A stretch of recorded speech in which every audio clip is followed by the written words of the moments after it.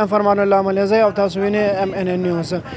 دا وخت زه راوتلی یم د کوټه ښار کې چې د حکومت له جانبه څخه په یوه هفته کې چې دی 80 روپۍ پټرول ګران که زما سره دا وخت څو قبایلي رهنما ناست دي د هغه څه زه پوښتنه کوم. جی السلام علیکم. زما نوم سردار زاده حبیب رحمان بازی او دا ټیمه مهنګایي خو ته خپله وینئ چې مولانا صاحب د عمران خان په ګورمنټ کې د مخ په صف کې ولاړو چې باید دا د اسرائیل سپورټی د اسرائیل یهودو ایجنټ دی.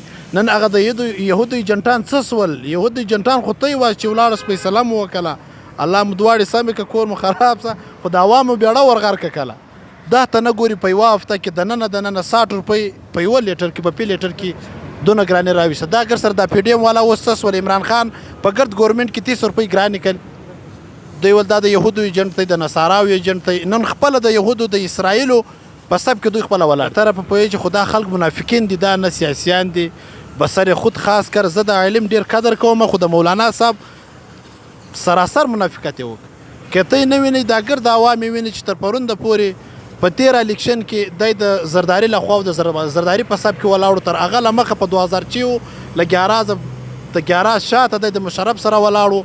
اوس د نواز شریف سره ملګری دی نواز شریف سره اتحاد وکړي ورسره کښېنستئ پی ډي ایم یې جوړ کړئ د عمران خان له سیټه راشي وکړي. عمران خان چې کومه پالیسي و ملک یې ډېر ښه جوړوئ د دوی په پالیسي باندې ملک ولاړئ آخري سطحې ته اگر سره ورسېږي د 1 کیلو غوړي په 700 روپۍ کیلو دی.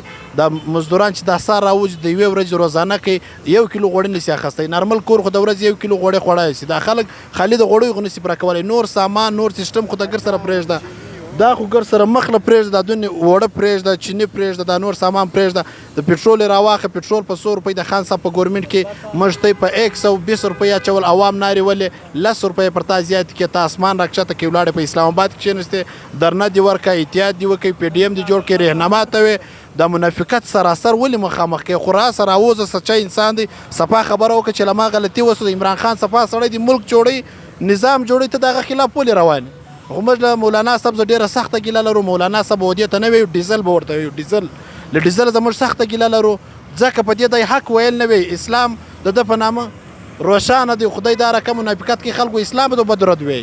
ډېره مننه خو مولانا صاحب ته موږ دا خواست کوو چې باید ته د دغله پالیسي پرېږده راس د سچا انسان ملګري وکړه. د پم په دې بند کې څه ټیم د خان صاحب ګورمنټ رالی موږ به پم خلاصوو او عوام ته تکلیف نه ورکوو.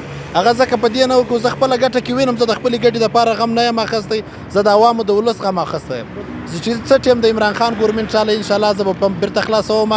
خو دا ټیم موږ پم بند کړی دی موږ احتجاج کړی دی په دې بند کړی دی چې باید 204 روپۍ ډیزل دی په 209 روپۍ پټرول دی. ورڅه خو عمران خان ورسره کښېنولو روس سره ښه میدې کړي دي ما او تا ته په 50% باندې شی میلاویږي. کوم چې د پی ډي ایم حمایت کړ دی خاص کر نواز شریف چور زرداری چور بلاول چور وہ تو ہی جڑا ہے وہ تو ویسے نام کی آج کل ہمارا وزیر دفاع ہے وہ جڑا ہے ہمارا وزیر دفاع ہے بھائی. ویسے شہباز نواز شریف اسحاق ڈار چور بیٹھے ہوئے ادھر لندن میں دا اوس څنګه نظام دی رانا لکه دا سره تو ګوره دی وایم ملک غربت ډېر زیات دی لکه دا اوس د نن لیګ حکومت چې وایي خان صاحب ګرد موږ ته شدید مهنګاینې را پرېښولې که دا راته دی لګژري موټران اخلي لیکن عوام باندې شدید ګرد بوج راوستلی دې په حواله سره تو د دې په حواله زه تا ته موین پوینټ درښایم پر عوام چې چا زور راویستلی دی هغه مخصوصه کسان دي خاص کر لکه د نون لیک والا د پی ډي ایم والا چې دې سره منافقت وکړه له دې سره د دې پر اقتدار منافقت وکړه دا به ته